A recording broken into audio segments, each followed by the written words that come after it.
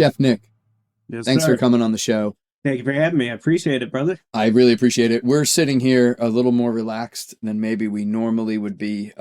We made some burgers. You showed us a basic technique, which really isn't that basic because if it was so basic, I think everyone would know it.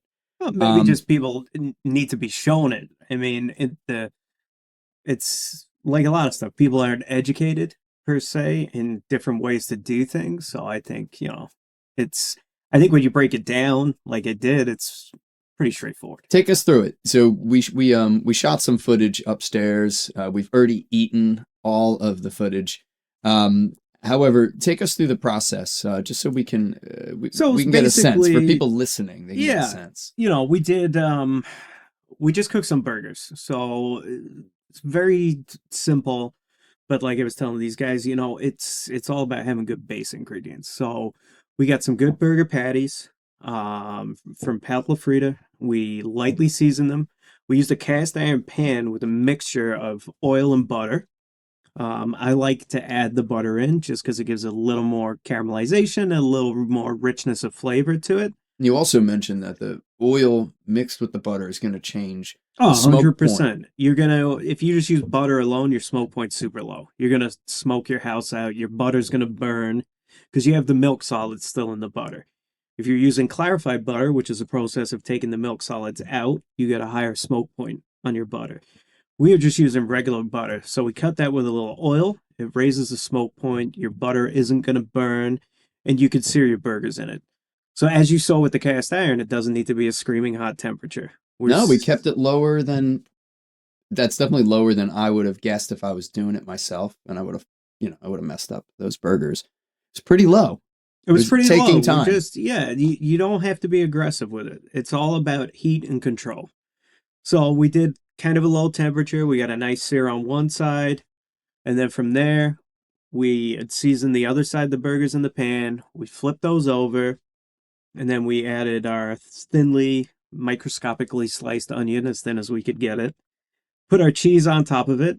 And then you just cover the top of the pan. So what's happening is your burger is searing on the bottom. It's steaming as well, which is causing your cheese to melt over the top of your onions.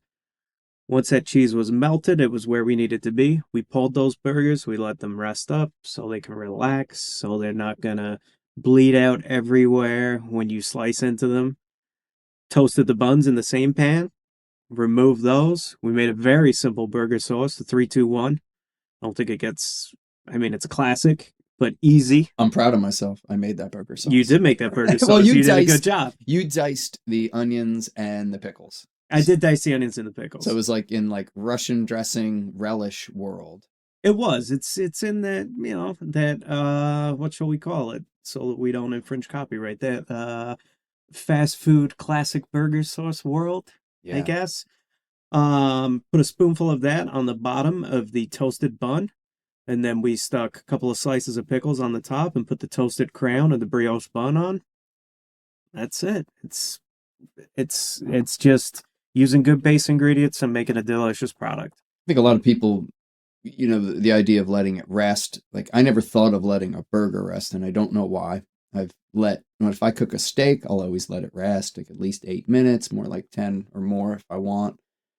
For some reason, never applied that to a burger. Do you feel like that's like a mistake a lot of people make? I think it's a mistake, but I think it comes down to educating people more about food. I think it also comes to the fact if you're doing like, you're not going to rest a smash burger. Like you just don't need to because it's so thin. But as you start getting to those thicker burgers, like an 8-ounce burger, you know, you want to rest it because you're gonna have otherwise, like I said, you're not gonna have that even cooking. You're gonna be raw in the middle. It's gonna bleed out any of the juice that's in there when you cut into it, and you're trying to really showcase that quality patty that you have there. And then you want everything else to kind of work in harmony around that. And yeah, we ate some good burgers. You killed it, right, boys? Well, Oh yeah. you did too. It was a 50-50 split on the work. I did a little work. You did some work. with that with your guidance. No, it was super helpful, and I'm I'm impressed by people who can cook.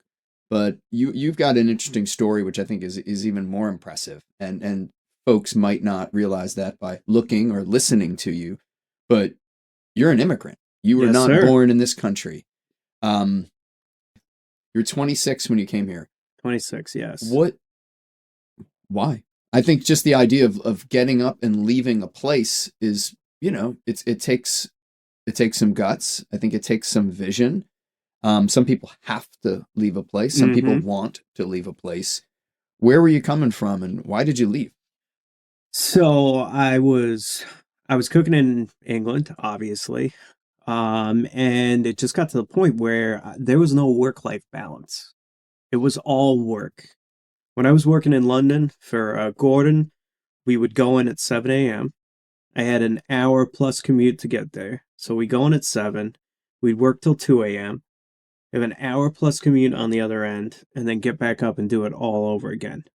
We would do that 5.5 days a week. On your days off, you're just sleeping So and what's that, doing like a laundry. four hours to crash and then just get back? If that, yeah, Yeah, 3 4 hours. yeah. So it's, that's all you're doing. You're living that. And I was like, well, I love cooking. I love doing what I'm doing. There has to be some way I can have a balance between this.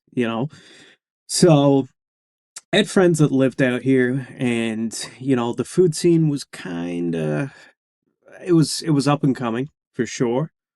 So basically what I did was I was like, guys, I'm thinking about doing this. And they were like, "Oh, you totally should." And I've read stories of other chefs going to other places, people coming out, spending a couple of years, cooking in Manhattan, people going, out to Tokyo doing that, people going to Europe, obviously. And I've always liked the United States. As a kid, we used to vacation here a lot, and I was like, you know what? In New Jersey? Not in New Jersey. We did New York, Florida, predominantly, like the European vacations, so to speak. Yeah. And I was just like, I'm going to reach out to some people. So I send emails to every, I guess, top restaurant in New Jersey at that point. Only one of them got back to me, and that was Nicholas Harari over at Restaurant Nicholas, which at the time was the #1 restaurant in New Jersey for many consecutive years. He then helped me, and it took us 8 months to get the paperwork for my visa and everything else. I was on a J1 work visa. I came out, worked for him for 18 months. In that time, I met my ex-wife, ended up getting married, stayed, and I've been here ever since. But when I first came out and I was sleeping on a couch in Linden, New Jersey. Came with a backpack, couch in Linden. The guy in the house moved out, one of them. And I got mattress in a room. Then I upgraded to a futon. And then eventually it went from there and step by step by step. So I guess if you look at it now, now I have a house, I have a kid, I have a car, I have a dog, I have all that good stuff. So when people talk about the American dream, for me, it really kind of resonates because it is possible. If you have the drive and the determination to do it, you could totally make it happen. I think the most ironic thing you said was like you came to you came to the US to find a work-life balance. It's like it's usually the fucking opposite. I We're know. like sort of the flagship for not having a work-life balance. Absolutely. Or But blending them to the point where there's no one or the other. It's one thing. well, I think in Europe when you talk about kitchens, and I know it's definitely changed at this point. I know a lot of people have gone to a lot of places that I know of that are doing now for staff a 4-day work week, 3 days off. Things have definitely changed, but back then it was you're grinding 100, 120 hours a week in a kitchen. When I came out here, it went from 100, 120 hours to 60 hours, 5 days a week, which for most people would say it's still a fucking lot of hours. But for me, it was like a 50% reduction. So I really did get a lot of that kind of balance back. I know the restaurant Nicholas, which is now no more, correct? No, that closed its doors and then it became Barrel and Roost. Okay. So I know that place. We went there one time, my wife and I. It was amazing. Amazing. high level. I don't know what year it was. Maybe you were cooking there. No potential. I don't know, but it was amazing. Why does an executive chef, owner of one of the highest, at the time, the highest rated place in the area, why do they need to look across the ocean to why, like, why you? Why would they spend time sort Well, of the interesting thing getting was you over? I don't think he was necessarily looking for it, but I reached out. I had a very good resume at the time, and I was proposing, I was like, oh, a J1 visa is basically it's like a student work visa. So I just finished college, and I was cooking and bartending, and I basically got to the point was I can't do this for the rest of my life. Like I have to have a little more structure. Like I want to cook, but I also want to have some balance. I don't want to bartend the rest of my life, like living through the night hours, sleeping through the day hours. So I reached out. Like I said, he was the only one that emailed me back with a response email and was kind of like, well, what are the next steps on this? Um, and he was like, can you come out and stage for a day? So in the industry, there used to be a thing called staging. Staging is where you go to a restaurant, you spend a day in their kitchens, you work for free, and you kind of show them what you got, what you can bring to the table of their establishment. So I flew out from England, landed, I went and worked for a day in his restaurant, and then I flew back to England. Dude, And I in assume that, he wasn't flipping the airfare bill on that. no, I don't think he did. No, because I wanted to show kind of, you know, that I had the chops. And so I basically, and to show him that I was serious as well. Because, you got some kid from across the world. If he's willing to, put up money for the airfare, to fly out, to do a day's work for you, to Yes, show you yes. that he has that desire, and that commitment, it puts you in a different mindset. So after that, he liked what he saw and everything else. He spoke to his lawyer. And then we started the process for the J1 student visa, which was like an 18 plus month visa, for me to be there and work for him and everything else. That's amazing. And you moved to Linden. Then I moved out. I was living in Linden. I was commuting originally on the train because that stopped in Red Bank. And then I got my, wait, what was it? I needed a social security to get a driving license, but needed a bank account for the social security or something like that. So eventually worked that out, got my license, got a secondhand 2001 Chevy Lumina, front bench seat, Oh, the Lumina. the Lumina. I remember the Lumina. Oh, that's a good one. Yeah, big up front, felt like you were driving a speedboat. Just kind of, and that was my commute every day. It was from Linden. It was going down 1 and 9, just. So I got that. I did that stuff for him. Like I said, I met my ex-wife. Eventually moved down to Atlantic Highlands. Shared an apartment with her, and then continued there. We got married. So obviously, then there was a whole bunch more paperwork. I think in the end, it was about three to 5 years and around $8,000, I think. And I eventually got my green card. Who who or what was the like what got you into cooking? Like You was know, there a it's funny. person or an experience? So everyone you talk to around my age, you're like, how'd you get into cooking? And they're all kind of like, I fell into it. And you kind of did back in the day. It wasn't like you went to school for cooking or stuff like that. I mean, my uncle, um, he went to college for hotel restaurant management.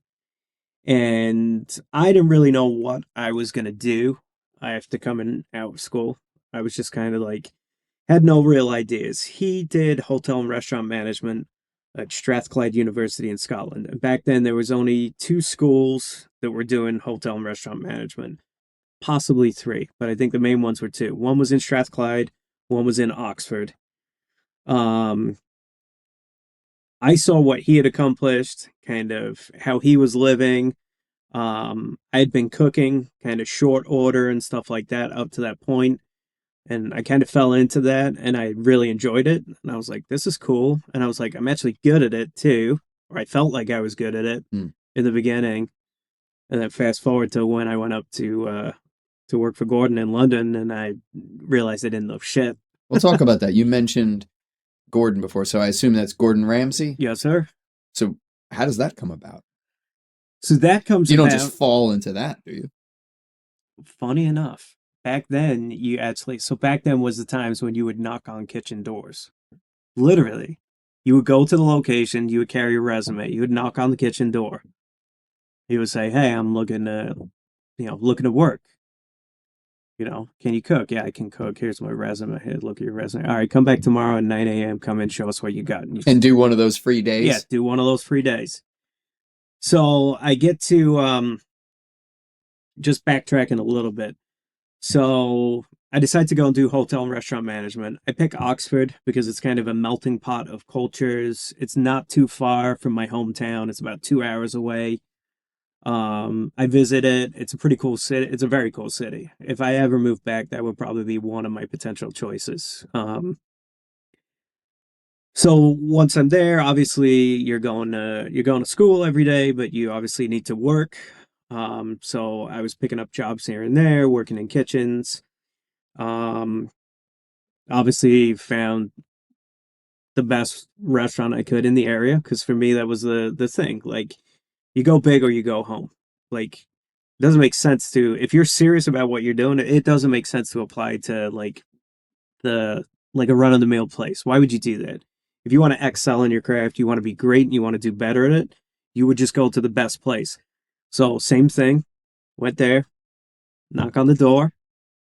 I'm looking for work. I want to work. I'm studying. I'm looking for weekends. What do you got? Yeah, we got a weekend spot. Come in, stash this day. Go do the free day.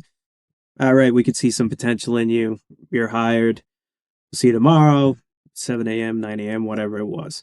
So that place I was working was called G's, and it is still there. It was an old historical Victorian greenhouse that they had turned into a restaurant. So you sat in actually this old white cast iron greenhouse. On the front was the restaurant, in the back was the kitchen. We had gardens in the back where we grew vegetables, herbs. And in England, it's very different than out here. Like you would have farmers just like turn up and knock on the kitchen door. Fisherman, I got a case of squid. You guys do anything with it? You want to buy it? Okay, cash. You got a full case of beautiful squid. I got 2 pheasants. I got a brace of pheasants. I got woodcock. I got partridge. Whatever you want. And so it was very much a farm to table place. Got cooking there.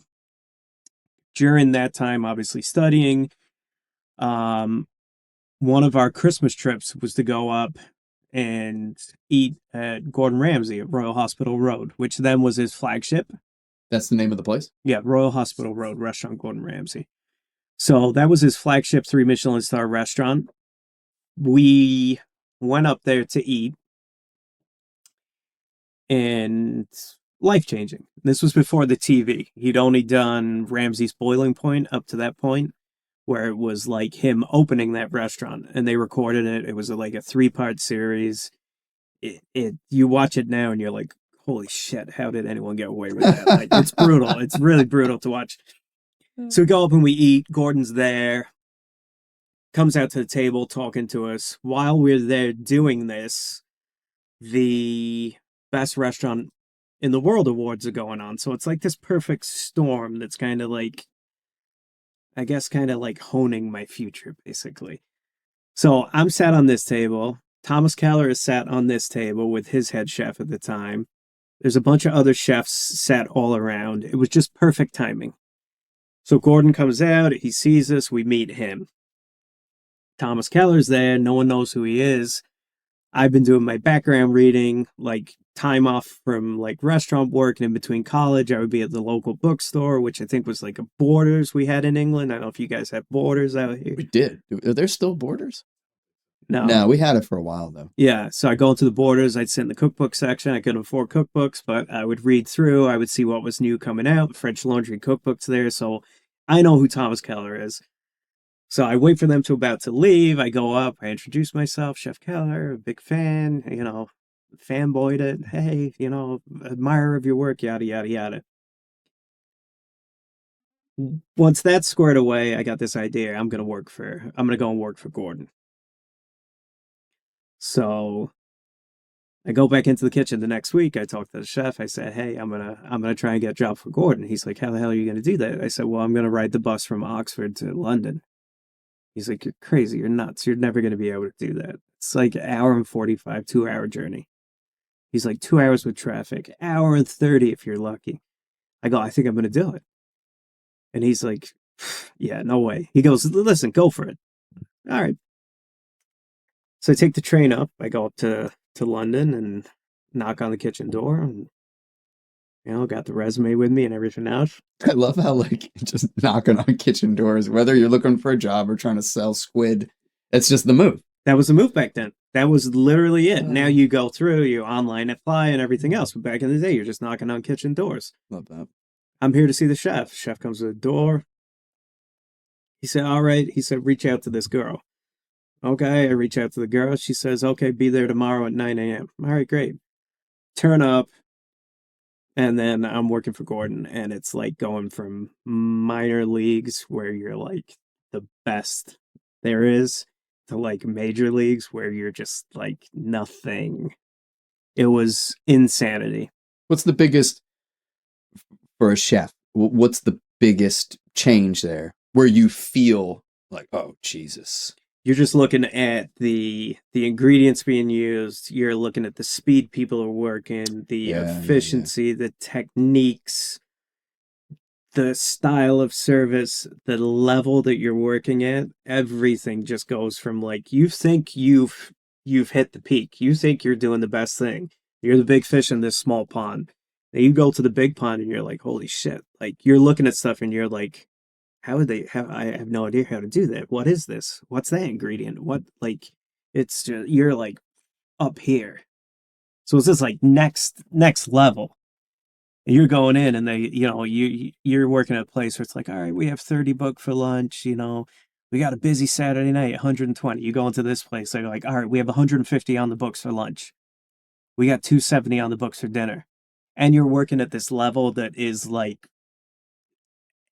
light years above what you've been working at, and it's just like, whoa. And it's not like, are you cooking at this point, or are you? No, this is cooking. Yeah. Is there an equivalent of? Oh, you'll start here.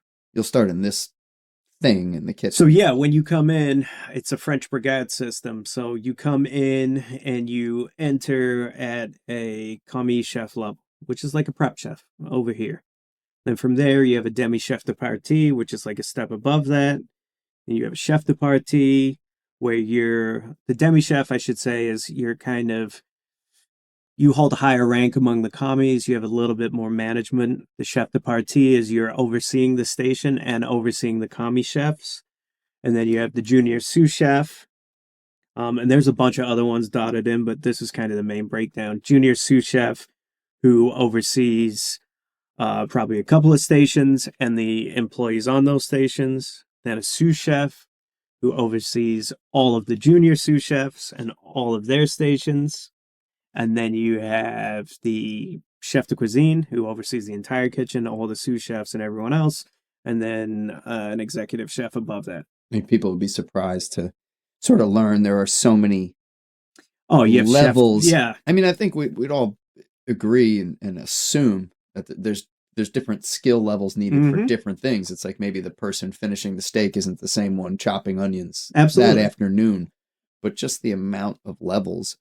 And does everyone start, at least in that world that you were introduced, does everyone start at the bottom rung there, so to speak, the beginning? Yeah, the funny thing is, when you go into a Michelin level kitchen, really, unless you have other Michelin experience, and Michelin is a guide system. It's been around for hundreds of years. It was originally designed to sell more tires because they were a tire company. So he created a food guide. So 1 star is like good. If you're in the area, it's worth a visit. 2, if you're close by, make an effort to go there. 3 is like you should change your plans and go and visit this place because it's life-changing, is kind of how that boils down. So 3 stars back in the day was like the pinnacle. of gastronomy, of cuisine. Place I was working at had one, was going for two. And even at that 1 star level, for the amount of covers, the amount of reservations we were doing was intense. That's still a deal, right? 1 star is still Oh yeah, it's a like big deal. you're doing a good job, You're doing a really good job, yeah. and people are happy. Mm-hmm. Customers. Customers are happy, yeah. Yeah, yeah, yeah. But just going back to that, when you go into that, if you don't come in with any Michelin star level experience, you're just coming from, like I was, like one of the best restaurants in my town, you're coming at the bottom.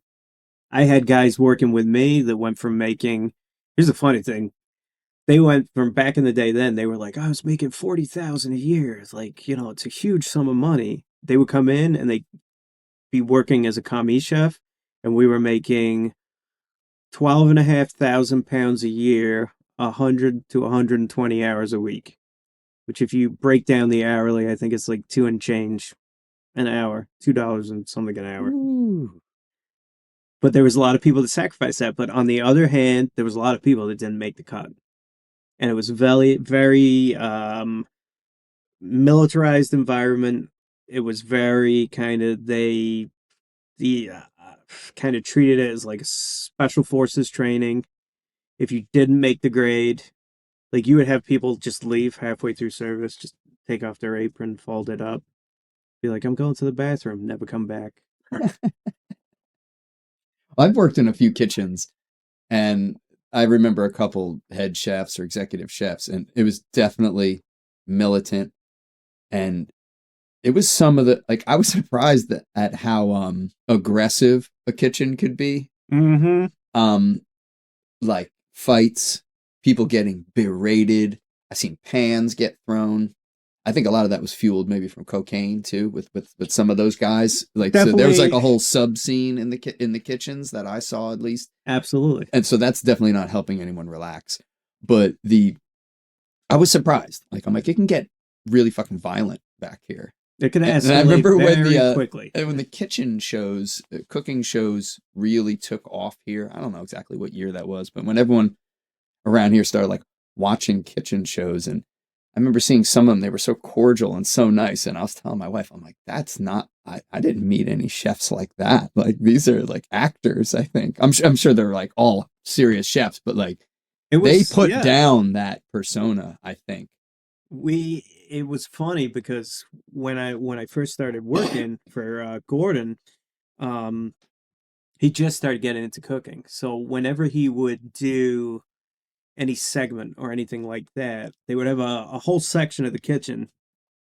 Probably, he would be working on a desk like this, or a section of the kitchen about this big. So everything would be completely lit, microphones, like the whole nine. It was in its infancy. Like he was just kind of getting into television then, but the entire rest of the kitchen had to work in total darkness. So they would kill the lights on everything. They would kill the fans. Like the kitchen's getting hotter. Like you're working in the dark trying to do these precision knife cuts and stuff. And then you basically have full floodlit Gordon in the corner and he's doing his thing. And everyone's like, shh, shut the fuck up. Yeah, yeah. They're recording. The king. But it was, yeah, it was, listen, it was one of the toughest environments I've worked in. But I wouldn't take it back. I learned the most there. It was like going to a free cooking school. For the year I was there, learned a lot. Still have a lot of respect for Gordon and everything that he's accomplished. But it was things have definitely changed since then. I remember one night I was in the walk-in, and one of his lieutenants. You had to you would deep clean every night. Like the kitchen was spotless, and we cleaned the whole fridge, and the fridge is perfect. I swept it, it's mopped and everything else. You had to check that the plastic wrap on the containers was perfectly taut. So if it was wrinkled or it was slightly dipped, it wasn't acceptable. So everything had to be perfectly taut and labeled. So I go through, it's swept, it's clean, it's mopped. All right, I'm good. I check in, everything's tight. All right, good. And go, chef, ready to be, inspected before I can leave. Comes in, looks around. I'm like smiling, like happy, like that. He sees I'm super happy. That was the worst move ever. Goes to a shelf, pulls off a container, fingers through the plastic, pulls Wrinkled it as off, hell. wrinkles it, throws it on the floor, goes, "You missed your spot." Do the whole thing again. And this was like 1 o'clock in the morning. I'm like, at this point, just exhausted. And it was just like, there was times when you were like, what am I doing? But then you'd sleep on it and you'd be like, you know what? They're seeing who can take it and carry on and who's just going to be the person. Because they were training up teams because he was opening so many restaurants. He was training these future leaders. So it was really had that mentality of pushing you to your breaking point and see who could just continue on and push past that. Right. And So it's see less the about people your that would fall. technical ability, more about your emotional Both, intelligence and both, capacity. both of those things like tied into one. Yeah. And especially if they saw that you had a skill set and that you could do things well, that you would get ridden harder than the others because then they're going to see how far they can push you kind of mentally and see if you can do both things, have both things come at the same time. Fucking diabolical. However, I can see, I mean, before it was like, oh, so, Nicholas, is just taking a chance on this guy. Well, clearly not. You're coming from a pedigree and from being able to handle certain things, be able to take certain things. So from there to now you're working in Monmouth County. Yes, sir. Now you're in where we're based here. You're at Nicholas, which is the highest rated place in town at the time. Tell me about the food scene here in our area, Monmouth County, Jersey Shore. What stood out once you started cooking in these kitchens? And it doesn't just have to be Nicholas. I know you have a good amount of experience in area in restaurants around Asbury Park included. With the Smith Group and some of their restaurants. What's particular to this area? So it's interesting when I first started working at Nicholas, there was like a few other places in Jersey, but they were really kind of north. Like we almost had that monopoly on this kind of area. I just mean by we were always pushing the envelope. We were always trying new things. And you had your classic kind of restaurants here, but a lot of it was your like, your pasta joints, your fried fish joints, like those kind of classic shore places where people have been going forever. And a lot of the people that came through my kitchen there that I trained have gone on to open places, have gone on to kind of keep pushing that envelope. And I don't want to say I was 100% responsible for the food scene in this area, but I would definitely say I had an influence on it, on where it is now and places that are kind of opening up and doing stuff that really kind of pushed the boundaries where people had to be like, oh, they're doing this. I would see things that we would put on the menu, and then 4 weeks later, it would be like on 4 restaurant menus. That's the best compliment. It's the best compliment. And by the time that happens, I assume you're already on to the next concept. Well, I already took it off the menu, and I got something going on there. So maybe our area for a while suffered from tradition. It definitely did. Like, grandma's marinara sauce. Yeah, it was definitely like it traditional shore. I think you had these people. I think there was somewhat complacency. Like people like we've been doing this way for so long, and people come. So why do we need to change? Which is fine. I mean, there are places that have been doing the same thing and they're still very successful. I do think not that you have to change in this industry, but I do think you have to evolve with it.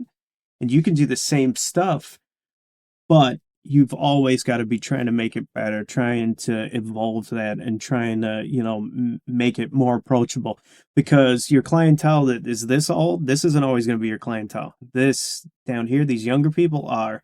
So how do you bridge that gap where you can maintain and be doing what you're doing, but make it appealing to these younger people as well as these 80-year-old people that have been coming? So there was there wasn't really a food scene.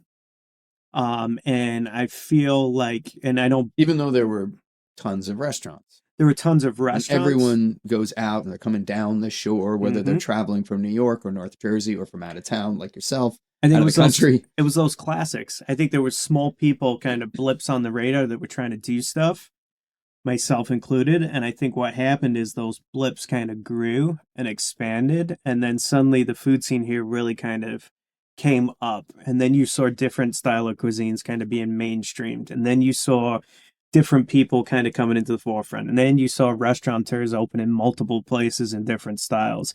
It all kind of just started growing. What And year is this approximately? Where are we at on the where are we timeline? at in the timeline? I gotta think. Oh, is it 2000? Like 2000.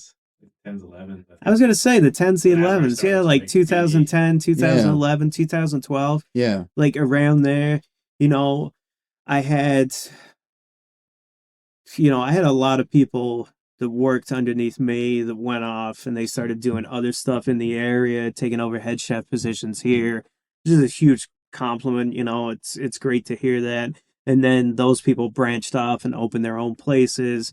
Now those places are like some of the best places to eat. There are a lot of the places I go to eat because I know that their passion and their ability and what they do and everything else. But I think it was, like I said, not that we didn't have a food scene. I just think it was there's nothing that stood out. It was very kind of run of the mill, Yeah, like, yeah. you know, it, nothing separated anything for anyone else. You get a pasta and red sauce here, it's the same as here, it's the same as here, it's the same as here. It's really wherever you just, oh, I like the decor and the people serving it better here. It was just nothing really kind of popped or jumped out. Like I said, there were certain places where people were doing stuff that did. I mean, you had what was the one up north? Craig Shelton was up at the Ryland Inn. That was like one place. You look at people that came through his kitchen. Scott Anderson was one. Then he opened Elements in Princeton, and then Princeton started to kind of grow from that. And that, so there was all these kind of, it wasn't really a collective scene, I guess is what I'm saying. Like Yeah, where you yeah. had these, I can tell you really, I guess in probably the majority of my years at Nicholas, any other kind of chefs in the area that I had a rapport with. Now I can probably tell you, I know like 80% of the people running restaurants in Monmouth County. Amazing. But that's something that evolved. It grew out of this. And I think it was because, it everyone kind of started pushing each other. Then you had social media came into things, and that really kind of blew stuff up. And then TV chefs, that got bigger and everything. So there was this whole kind of accumulation at that time where everything just Yeah, started to yeah. erupt. What is it about this area? I mean, I'm sure every place has a different feel. Now you can cook maybe the same way in any place, but your clientele is going to be different in different Hmm. places. So be it England, be it North Jersey, here at the shore, here in Monmouth County, what are the clientele and what are they looking for here in your estimation? Or do you feel like it's maybe conversely, it's your job to educate people on what they should be liking? I don't think you should tell people what they should be liking. I think you can suggest it. You can suggest things, you can put things on a menu that, you can have multiple people taste it. They tell you it's good. It goes onto a menu and, you're enrolling your service staff. You're enrolling them to tell this story about the cuisine, to present that to the customers and get them enrolled in the idea and then they bite on it. I think, you have now more so than ever, you have a lot of people that are working in the city, dining in the city. They have higher expectations of what food should be. Hmm. I think that was a real kick in the ass of restaurants here where it was like, holy shit, we got a lot more people now that are seeing this New York food scene, which you're talking like, like those early 2000s and stuff like that. The New York food scene was starting to climb as well. Okay. So on the back of that, you have a lot of people from New Jersey who are buying into this and they're eating there. They're, holy shit, there's all these cuisines. This food is really good. And they're coming back to Jersey and they're starting to try and seek out places that are like doing that. I used to get a lot of people say, oh, I don't get food this good unless I'm in Manhattan. That's a huge compliment. That's great. But I think now more so than ever, I think people are seeing that the bar has been raised. And I think, you have people around here that are fairly wealthy, they're willing to spend money. I'm seeing more and more of that. You have certain places that are dialed into kind of certain areas. And then you have also restaurants where people like, they want to go for great food and they don't mind dropping money for it and they'll steer in that direction. But I think there's more of an awareness now in this area for quality food, for quality experience, for experience in true hospitality, which is a dying art these days. How so? And I asked that, like, I've been to 1,000 restaurants. You guys have been to, we've all been to 1,000 Mm-hmm. restaurants. It's hard to nail down patterns in service because it seems erratic. It does seem erratic, but there's manners, there's being polite, there's way to converse with the customer, Totally. there's ways to go above and beyond. That doesn't cost any extra money, but it's just making that customer feel special. You're you're providing a service, you're not selling someone a product. That's the difference. Like as a server, you're not an order taker.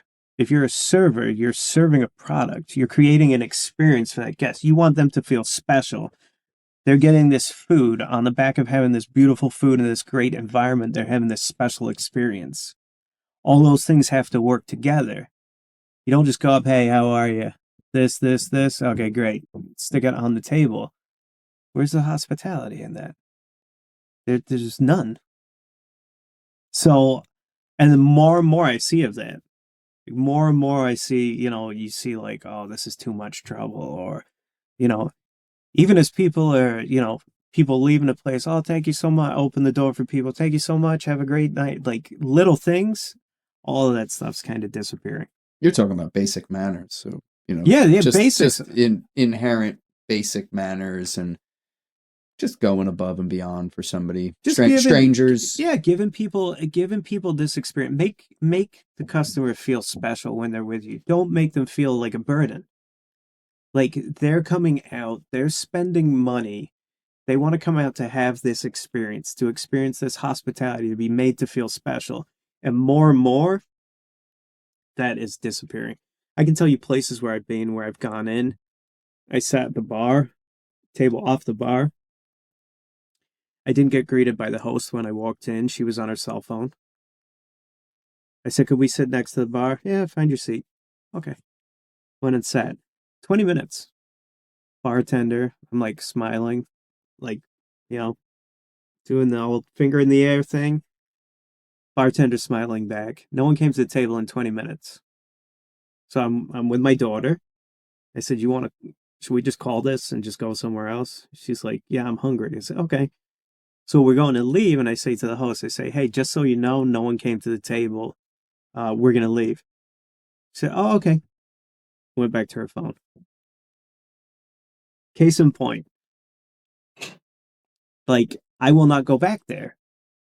I wasn't one. I just felt like I was ignored. The experience was terrible. You know, no one came over to try and put that right.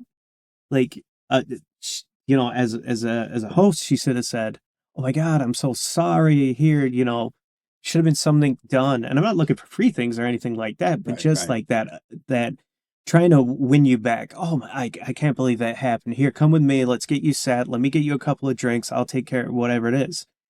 But just that nonchalant, and that's where hospitality is just. Yeah, well, that's the difference too between hey, we're beat for tonight, but I might try this place again down the road, Mm-hmm. maybe. Or there's no freaking chance we're ever going there, and then I'm going to recommend anyone goes there, and that's a serious line for a business because people also talk. And you mentioned with social media, 100%. like everyone you know is going to know that you had some bummer experience. Yeah. I can't tell you the amount of people who say to me, "Oh, where's a good place to go to eat?" Or they'll be like, and I don't bash places. That's not me. I'm not gonna bash a place, but if someone says, "Oh, I'm going here," they'll go, "What do you think?" Well, I'm not gonna lie. I'll turn around and say, I didn't have a great experience there, but by all means, give it a shot. Maybe I went on an off night. Yeah. Being I know the industry, I know it's tough and everything else. I'm always willing to give the benefit of the doubt. And there's places I've been back to give them the benefit of the doubt. And the same thing has happened again. Now, that being said, we have some great restaurants in this area now, too, that I consistently go back to. I think they're fucking phenomenal. Um, so it's not all bad, but I think we could do a better job as an industry in this area to get back to the ways of hospitality and kind of relearn it a little bit. And I think you're going to retain more customers. You'll have more customers come in the door. Your restaurant is going to be busier, and that tied in with, you know, trying to put out the best food you can. Your restaurant's going to go from doing this to this. for sure. And there's some other things too I think restaurants can do. And I see it happening around here, and I know it's a part of the industry that you're heavily invested in, at the least personally, and I'm sure professionally as well. Local ingredients, 100%. and seasonal Yes. ingredients. Can you talk a little bit about our area here? And I know very little about this. However, I think it's a great story. If I'm at a restaurant with my wife, they'll talk about, oh, this is local. This was grown here. Mm-hmm. Hey, oh, we don't have that dish you had last time. Oh, but here's why. Because those ingredients aren't in season. Yeah. Oh, now I don't feel like it's a bummer anymore. Now I'm like, oh, I won last time I was here, and I can't wait to come back next spring when said root vegetable is growing. So it turns it into a story. What's the story of this area, local food and seasonal food? Because I've gardened like, this much. I'm not strong in that That's department. probably this much more than most people. Maybe that's true. Yeah. That's probably true. But and it's not hard. I realized when I was doing it, this is not challenging at all. And the reason I'm not doing it anymore is just some But laziness. you can even be bad at it and you can still yield results. No doubt. Like you don't have to be like super green fingers. Like you can literally No. You can half-ass it and still get some yield, and then you're serving other animals that are running around eating up your less than good yield. So what's good for this area at the Jersey Shore? What do you like to get from here, and when do you like to get it? So, I mean, we're called the Garden State for a reason, because we have great produce here, like really great stuff. You start in springtime. Springtime, you have wild garlic and ramps. Those are all, you have giant areas where you can go out and forage that. It's delicious. And it's all there. Foraging is another big thing in New Jersey that people don't get. And to be clear, what we mean is you're going in legally. You're not on someone's property. No. You're not paying to get land. the bag. You're Nope. you can pick stuff. You can pick stuff. Okay, I just want to be clear. If you know what you're looking for. We have a lot of mushrooms. I wouldn't recommend people picking wild mushrooms unless you know 100% what you're doing. Because some are poisonous. Some are poisonous, and you have thousands of varieties of mushrooms. Some look very similar to the other ones. Yeah. But if you know what you're doing, we have chicken of the woods. We have wild oyster mushrooms. We have maitake mushrooms. We have morels. There's a lot of mushrooms here in this area, especially when you get down to like the Pine Barrens too. When if you want to travel a little bit, with those forests down there, lend themselves very well to wild mushroom foraging. Okay. Up here, like I said, you have wild garlic, wild watercress. You have your ramps. There's a lot of stuff that you can find here: elderflowers, black locust blossoms, all these different things. But as far as like seasons and gardening here, like it starts in spring.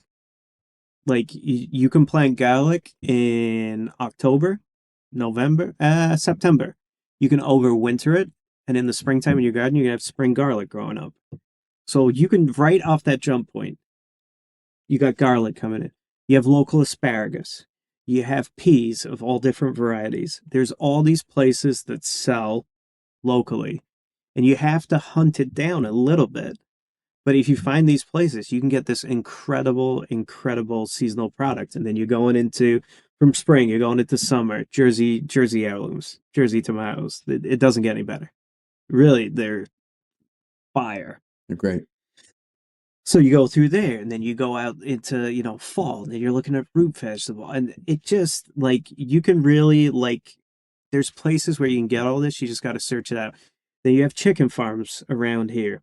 You have Goffle Farms Poultry. That's a little bit of a drive, but you're near Princeton. But you got like you can go down there. You have chickens, turkeys, ducks. You have fishing on the Jersey Shore, which is nearly open 12 months of the year. Do you fish? Yes, I do. Okay. So what are we pulling out of the waters here? And is it all to your level of quality? Is every fish that we're pulling out of here I think it comes down to cookable? yes, it's 100% cookable. Okay. I think you have a lot of people that don't necessarily know what to do with that product and need to be educated a little bit on that product. But if you're pulling fish, we went out last Friday. We went out at like 6 a.m. We fished blackfish. Beautiful fish. Bought it back, cleaned it, turned it into sashimi, lightly cured it. But you can fry that fish. You have let's go through the list. New Jersey. Lobsters, crabs, blue crabs, soft shell crabs, fluke, black sea bass, striped bass, sea robins, bluefish, blackfish. You can get cod. You can get squid. You can get bluefin tuna, yellowfin tuna, big eye tuna, swordfish, ling cod. I'm probably missing some, but you get my point. Pufferfish, croakers. The list is endless. Skate, scallops. Like all this is local. People don't get that. Is are these primarily fished from the shoreline or in boats? You can do both. 'Cause I've seen both. You can do both. I mean, you can fish fluke from the shore. You can crab from the shore. You can get striped bass from the shore. You can get albacore tuna from the shore when it's in season. You can get blackfish from the shore. Clams. You can clam. You got hundreds of clams here. Get those from the shore. Oh, right down the street. When it's low tide in the inlet there, right off of Belmar Boulevard here in Wall Township, where we're shooting today. When it's low tide, half the time I'll see someone out there with some big waders, and I'm not sure how they're digging for them or how they sift. Rake them. Is that what it is? Is that what's Yeah. going on? Because I'm usually driving, so I can't like stop in the middle of the road or. You have like a basket with a rake on it. You'll see a lot of these guys in the bay by Sandy Hook and stuff like that. They basically put the basket down and they push it up and down. And what they're doing is they're raking underneath the clams. They shake the basket and they bring it up and then they grate the clams. About how far down are they on average? They sit kind of just under the surface. Some are a little deeper. But you could be in, I think it's like 20 to 50 foot of water potentially before you hit the bottom to get the clams. Oh, So wow. they have these huge telescopic poles. So these guys are like, their arms are like huge and they'll just like, be rocking out these clams and then they grade them and they got to be like, I think it's 1.5 inches. I'm pretty sure it's that. And those types of clams, those ones that I might see getting pulled out right down the street, what are they good for? You're not eating those raw, right? It depends.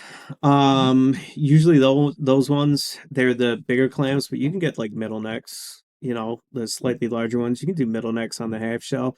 I mean, I would probably purge them, which means you're going to put them into a container of seawater and you're going to put like cornmeal on the top of the water, float it. What the clams will do is they'll eat the cornmeal and they burp out all the sand that's in them. So what'll happen is when you cook the clams, if you open them, when they open up, they won't have any sand, but they might have a little cornmeal in there, which is already cooked from the steaming process. So you don't get sandy clam. Oh, that's funny. So they're digesting the cornmeal because they think it's sand? They have sand in like they're taking in sand because they're sucking. Right. And yeah, they digest the cornmeal and pushes the sand out. Is that still just because I don't They're personally they're like burping it outside. Yeah, I don't personally have a problem if I go out and get some like clam dish or something, and if it's a little crunchy, I kind of don't mind it. I feel like that's par for the course, or is that bad preparation? That's kind of, Should I mind that? I mean, yeah. I mean, it's yeah. I would say Yeah, yeah. I have my team here is I mean, everyone's yeah. giving me the same look. Like, come on, dude. It's you're paying good money for this. I thought that was part of the experience. That's like when you eat. Fucking Jersey Shore Sam, bro. Crunchy. It's like when you eat lobster and you're like, why is the tail crunchy? That's then they didn't shake the shit sack out of it. Oh, I didn't know about the crunchy shit stack and all Shit sack. They have a poop line that runs through the whole tail. If you prep them correctly, if you take a lobster tail, you take the middle fin on the back and you can pop it and twist it. When you take the lobster tail off, you can pull it and the whole intestine will come out. There's guys who just leave that on. When you go to some restaurants, you crack it open and you're eating it and you're like, hey, why is this crunchy? Oh, you're eating lobster shit. Yeah, but there's some dudes out there like me who are like, I'm getting the real shit here, which is actually correct. Yeah. But yeah, as far as like seasonality and what we have here, so many options. Like, is there hunting in this area? There's a lot of hunting. I hunt.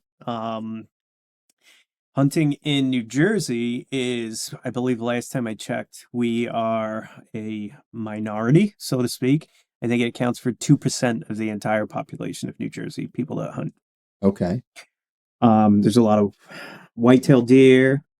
What do I hunt? Squirrels, rabbits, deer, geese, ducks. I'm missing some. Oh, pheasants, quail, partridge, woodcock. What are those guys I see out? And so I'll take my bike and I'll be maybe in Howell area. Mm-hmm. I just call them wild turkeys. What are those guys that are running? They're tall and they look aggressive. Yeah, there's 2 seasons for those. One in the spring. Are they turkeys? One in the fall. Yeah, wild turkeys. Okay, that's what they're called. Mm-hmm. Okay. So you can hunt those. You need a special permit. So the great thing about, listen, I think hunting gets a bad rap. I think there's a lot of bad apples that spoil it for the bunch. For me, I hunt to fill my freezer. So what I'll do is I try and eat a lot of wild game and things throughout the year. When it comes to hunting season, obviously if I can get out, if I have the time, I try to when I can. I'll replenish stuff that goes in my freezer. It's the same with fish. Like we'll go fishing throughout the year, and as we catch, I'll fabricate all that. I'll break it down. I cryovac it into individual packages. Do you have to do that if you're planning on freezing for long periods of time? Do you kind of have to vacuum seal it? No, you don't. You can actually get really good results with freezer paper and plastic wrap too. What's freezer paper? Freezer paper is like almost like a thicker kind of butcher paper, which has a shiny side on it. So when you go to like the butcher shop and it'll seal out moisture pretty good or keep moisture in. It keeps everything in. So when you go, you go to like a food town, you get like a piece of meat, they wrap it in the paper. Yeah. And then they tag it. And it's got the waxier side. Right. And the one is a little more paper. So the freezer paper is very similar to that. I'm sure there's some minor nuances. But if you take your meat actually lasts better if you do it this way. So I've heard. I still cryovac everything because I have great results and I don't really have any problems with freezer burning or anything. Okay. But if you use that freezer paper, you roll it up really tight, and then you wrap that on top with plastic wrap, and then your label, your date, what species it is, and stack it in your freezer. You can get, I think, probably like 12, 24 months. Amazing. You mentioned squirrel. You eat squirrel? Yes, sir. I've never heard of that. Is that a thing? You guys are shaking your heads. You guys, So it's I'm like the outlier in this conversation. I know people hunt it. Yeah. No, the people hunt it, but it's not so much hip here. It's definitely a European thing, and it's definitely a kind of southern state thing. So our southern states. But in England, we hunt squirrels. We hunt rabbits, obviously. Here, you can hunt squirrels. Not many people do it, but it's very similar to rabbit. Okay. Has a kind of similar structure. Like it kind of looks like a small rabbit. Sure. I see. You kind of put it into quarters. You can braise it into stews. You can fry it like fried chicken. It's just something else that's like readily available. Oh, there are certainly enough squirrels in this area. Like they're out of control in this area. Maybe I'm going to start hunting some squirrel. And for me, I think, for what's that? What do you hunt the squirrel with? You Oh yeah, hunt good them question. Yeah. with, so you can shoot them with shotgun predominantly, but you can also shoot them with you can actually shoot them with an air rifle. Just has to be, it can't be under a certain caliber and it has to be a certain power. But actually the air rifle's better because you can kind of sit there and it's quieter, so you just boop, boop. But Oh. You have to worry about like with wild game, like how do you know if it's like excuse me, like a healthy animal? You know what I mean? so it's a good point. So when you're breaking down the animal, actually when you're kind of gutting the animal. So I'm a believer in using everything on the, or as much as I can on the animal. So like with deer, I'll even, and some people would find this gross, but what I'll do is I'll, when you gut the animal, you're taking it up the front and you're opening it up Yeah. because you want to remove the guts out, right? Right. So even the esophagus that runs down, I actually take that and I'll dry that in the oven, and it's a great dog treat. I'll use That or a flute. or they You could actually, probably you make know a what's musical funny? instrument. They make the same noises when it grunts, when it like ooh ooh. Dude, Like, ooh, ooh. hook me up with a trach one time. All right, I'll send you one over. Try and turn that into something.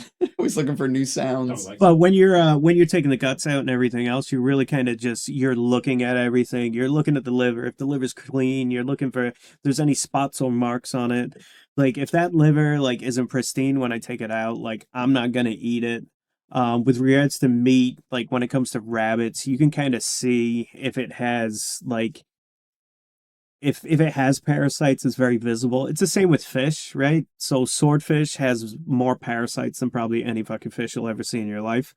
And you know, cod has parasites, has little parasitic worms. I got served one in a restaurant in New Jersey on my plate. In the cod. In the cod. It's difficult to like, it's a tough one, right? I get it that it happens.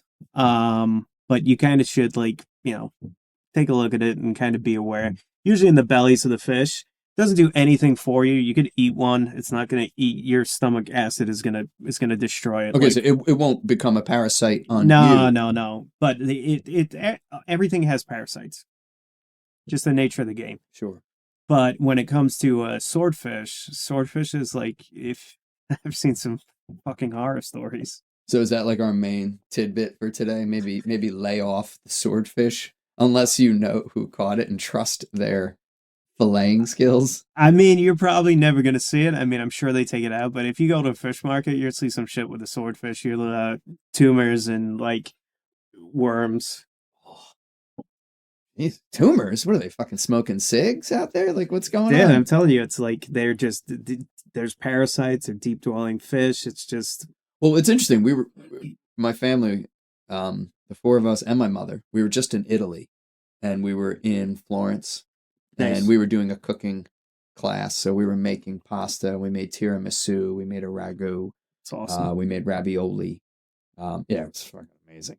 And before we did that, we went and got all the ingredients. So we went to it's the biggest market in Florence. So it's massive. I'm not really sure where it ended or how many floors there were, but it's everything. And the main takeaway in the fish section, which I never considered and made perfect sense the second I did it, they're like, well, you know, the smaller the fish, the cleaner it's going to be. Mm-hmm. Because it's just simply taking in.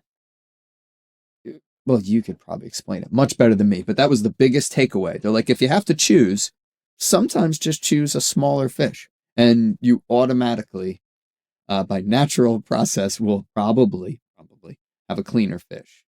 You want to explain that for our audience? So, And is that correct? Was I getting correct information? for a bigger animal, is not necessarily better eating. Yeah. Because you have, it's like older, it's been, you know, it's been out there longer, And it's processed more things because of its size. It can process more things. and it's just, you know, it's mated, it's lost a lot of nutrients. Like there's so many things that go into it, but usually what you find is you'll find with a like a bigger fish, You can eat it and it'll be good, but it's like with striped bass, right? And now the size limit has really come down because we're really trying to like save this species. Um, so right now your slot limit on a striped bass is between you can catch a fish between 29 and 31 inches. It can't be under and it can't be over. 29 to 31. Okay. And that's just something that they bought in. But actually, those fish in that slot eat so much better than if you were catching a 38, a 40-inch striped bass. Just has this visual, people, I got this big fish. That's great. Send the big ones back. Let them mate out. Well, like, get your picture. That's just some guy shit, you know? You're 100% right. It really is. But that factors back into what we were saying about like hunting and fishing kind of has this bad rap that goes with it, right? Because you have a lot of these like weekend warrior like people who just give it a bad name. And you know, I know I've always said that I'm in the few that like really tries to, if I'm going to hunt something, if I'm going to fish something, if I'm going to take something's life, then I'm going to use as much of that as is humanly possible, right? So we were catching dogfish the other day on the boat as a bycatch. So most people just like throw them in the water and they end up floating away.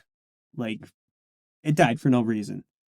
But then they'll say, oh, they destroy the reefs and this and that because they come on and they breed and they wipe everything out. Well, for me, in England, we use dogfish. We call it rock. And it's used for fish and chips. So for me, I'm like, okay, well, I'll take the dogfish home. Rockfish. So you have to be careful in this country because rockfish. So I've heard that term. That's why I'm asking. So rockfish is what they refer to as striped bass down in Delaware area. All right. But in England, our term for dogfish is, we call it rock when we put it on a menu. Okay? So you take the fillets off, and, you know, I have a carcass with, you know, I got shark fins on there. Okay? So I save all the shark fins. I put them in a bag in my freezer. And then once I have enough of those shark fins, I'll make a shark fin soup. I'm not harvesting the shark just for the fins. I'm making sure I use as much of that animal as I possibly can. If I'm going to take it, I'm going to utilize it all. The other day, we got one that had eggs inside it. Now, shark eggs look like egg yolks. They have the same feeling as egg yolks. If you crack them, they have a yolk inside. You can actually turn them into an omelet. Are they about the size of it? They're about the size. They're about this big. Oh. They're bright yellow. So I use all of that stuff, and the same comes with it, whether it's a rabbit, whether it's a deer, whether it's a squirrel, whether it's so I got 2 pheasants gifted to me by a friend the other day. So I'll take all those long feathers. I'll use those for craft projects or whatever. Maybe I'll turn them into fletchings for arrows or whatever that is. I take the birds. I hang the birds. Because it's kind of like dry aging a piece of meat. If you cook a pheasant fresh, you'll eat a fresh pheasant. You'll say, oh, this kind of just tastes like a tough chicken. Well, it's like having a piece of meat. If you slaughter a piece of beef and you eat it straight away, you're going to say, oh, this is a tough-ass piece of beef. I don't really understand. You want to hang it. You want it to relax. You want it to start to, like, loosen. And then you get a little age on it. Let it kind of bleed out. Let it, the whole thing do its thing. The water in it evaporate. It's going to concentrate the flavor. So I do that. I pluck the pheasants out. I take the legs. The legs I'm going to confit in duck fat. I'll use those, pull that meat, maybe put that into whatever it is, a pasta sauce or something like that. I have the breasts. Those are separate. And then if I pluck the whole thing out, I do this anyway, but I'll take the carcasses and I'll make pheasant stock with that. So really my only waste on that bird is the majority of the feathers, which if I really wanted to get technical, I could go through that whole road of like cleaning them, steaming them, and stuffing them into something, but I don't have the time for that, and I kind of do feel like I use more of that bird than most people, considering most guys just open it up, take the breasts out, and throw the rest away. That's amazing. You know, I know we don't have a lot of time left. I want to talk a little bit about, we were also talking about sourcing and seasonal and clean. Mm-hmm. And you're the director of culinary operations. Am I saying it right? Director of culinary operations for Eat Clean Bro. Yes, sir. Which is a company that I've seen. I think they do a great job of marketing because I've seen their stuff everywhere. We do get our stuff out there. Yeah, we're a So fresh. tell us about Eat Clean, bro. And I know that started right in this county. That's a Oh, Monmouth absolutely. County Yes, sir. freehold, if I remember our Freehold, yeah. conversation correctly. So Jamie Giovinazzo, great guy, my boss, great friend, also great human being, biggest heart of anyone I know. Started that company with $300 in freehold. He was working as a personal trainer, and a lot of people were coming up to him like, "Yo, where do you get these meals? Where do you get these meals?" He's like, "I make these meals." "Oh, can you make meals for me?" "Sure." So he starts doing it out of his friend's house in his kitchen. Makes these meals.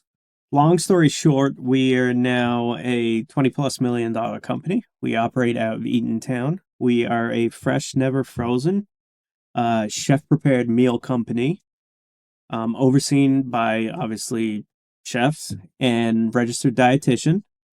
All of our meals are clean. They contain all of the macronutrients you need. I want to stop you right there. So can you just define, I've thrown this word around. I guess I never really thought about what does it mean? What do we mean by clean? Clean. So for us as a company, we're not adding any unnatural sugars. We're not adding any processed sugars.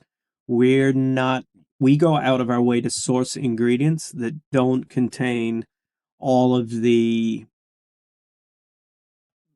preservatives and bullshit that are in kind of regular everyday stuff. Yeah.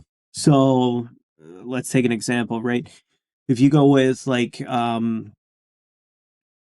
so we do some of our stuff, we do grab and go too. So we do sandwiches, we do salads, we do wraps. So our wraps, we have a turkey in our wraps.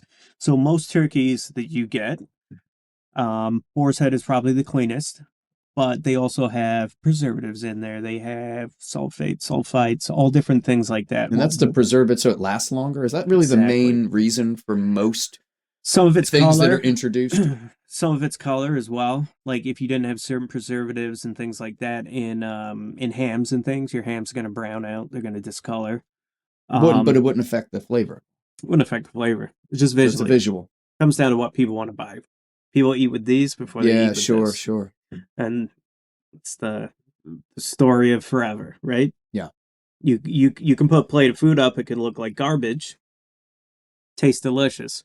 But if you put that plate with something else side by side, someone's going to choose the one that looks more pretty, regardless if the one that doesn't look pretty tastes better. Yeah, no doubt. It's unfortunate. So we take whole turkey, sweetheart turkey breasts, natural turkey breasts. We'll take those, we brine them in-house, then we'll smoke them on our smoker, and then we'll finish them in our ovens, and that's the turkey we use in our sandwiches. So we look at all the ingredients that goes into something, and if there's, even if it comes to like, we're looking for crushed tomatoes, well, we're going to look. If it has X, Y, and Z ingredients in it, then even if that tastes better than this one, we're not going to use that one. We're going to find something that is comparable, tastes just as delicious, but is cleaner. And it could potentially be more expensive, which is generally the case. But if you take a look at our menu, and I owe you meals, I'm going to get those to you because you need to try them. I accept. You will see that originally when Jamie set up the company, it was our primary market was gym rats, bodybuilders. Let's take it a 180 now. Our primary market is now our tertiary market, which is families, which are looking for convenience and delicious food, but you can eat every item on our menu. It's delicious.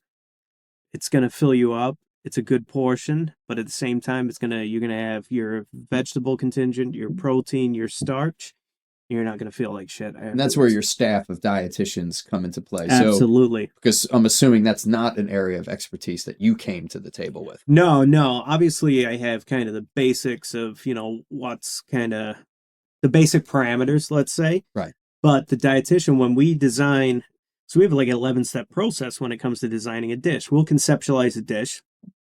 We'll put it out there. We'll say we're going to use this. We'll put together a recipe for that. And we'll put together the dish. We'll send it to the dietitian. She'll take a look at it and be like, this works, this doesn't work. Got it. So they're just scoring it on a rubric of nutrition. Absolutely, 100%. Makes So if it sense. has, it's like, oh, I use this in the recipe. Well, you can't use that, but what else can we use? Yeah. To get that same profile that we're looking for. And that comes down to, like I was saying earlier when we were briefly talking, like, we're looking for, deeper flavors and things like that. Well, maybe we go to a seaweed.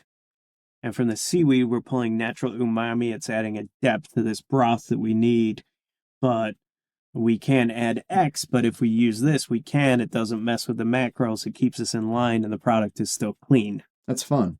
So it's a balancing act, really, for your 100%. culinary mind. Yes. One that you weren't using probably nearly as much prior. No, not at all. I mean, you come from a French background, you had cream and butter and all that stuff. When we were cooking the burgers, I said, we're gonna put some butter in. You're like, yeah, but honestly, like normally I'd be using a lot more. I just listen, like I said, fat is flavor, and I get it. But at Eat Clean Bro, we're able to provide this flavor, and we're able to produce these dishes that are flavorful by kind of using other ingredients that provide that for us. All of our stuff, we only use olive oil in everything we cook. Right. We're not using butter or anything like that.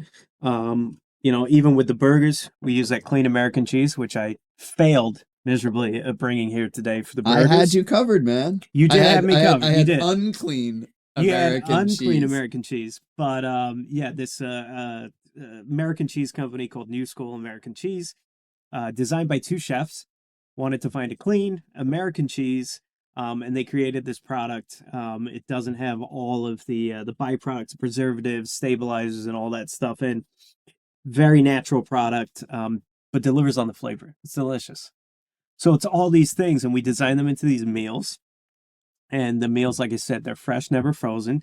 Place your order by 2 p.m. You're going to get the day before. You get your order your next day at your front door. Amazing. We're in 24 states now. We're expanding into Florida this year and then into Texas. And yeah, we don't pull any moves. Like some of these companies, what they'll do is they'll tell you the meal's fresh. They freeze it and then they'll put it in the box and ship it. What happens is they let it defrost during transit. So when you get it, you go, oh, it's fresh. Well, no, your product was frozen, but by the time you got it, it was fresh. But because they froze it, it allowed them to get it the distance it needed to be. So we do a lot of work, like I said, everything from making sure the meals hit the nutritionals to making sure the product gets to you with the integrity that we put it out of the kitchen with. When we're testing recipes, we're not just cooking the food and tasting it.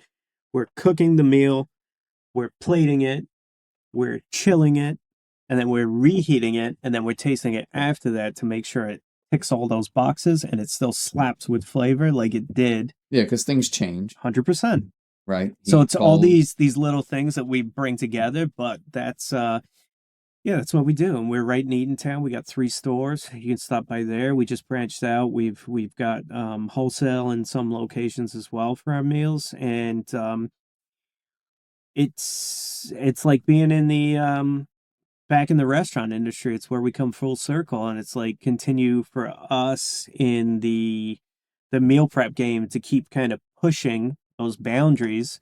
And we see a lot of our competitors. I mean, there's 4,000 plus meal prep companies now. When Jamie started, there was like maybe 4. Like, times are changing and these companies have a lot of money behind them. But what separates us from them is the quality, the product we're using, the fact that we're fresh, never frozen, the culinary firepower that we have on the team, and our commitment to making it the best that we can make it.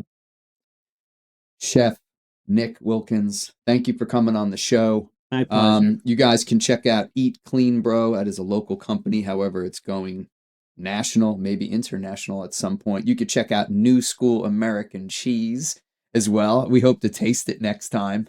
There's a lot of other things we could have gotten into. So maybe we do this again. Absolutely. We got to make food again. Like, we got to eat. Like that was the best. So we'll have some of that footage. It's probably already in the show. However, Chef Nick Wilkins, thanks for coming on Through the Glass. I appreciate you, man. My pleasure. Thank you for having me. Look forward to coming back, brother. All right, everybody. Goodbye.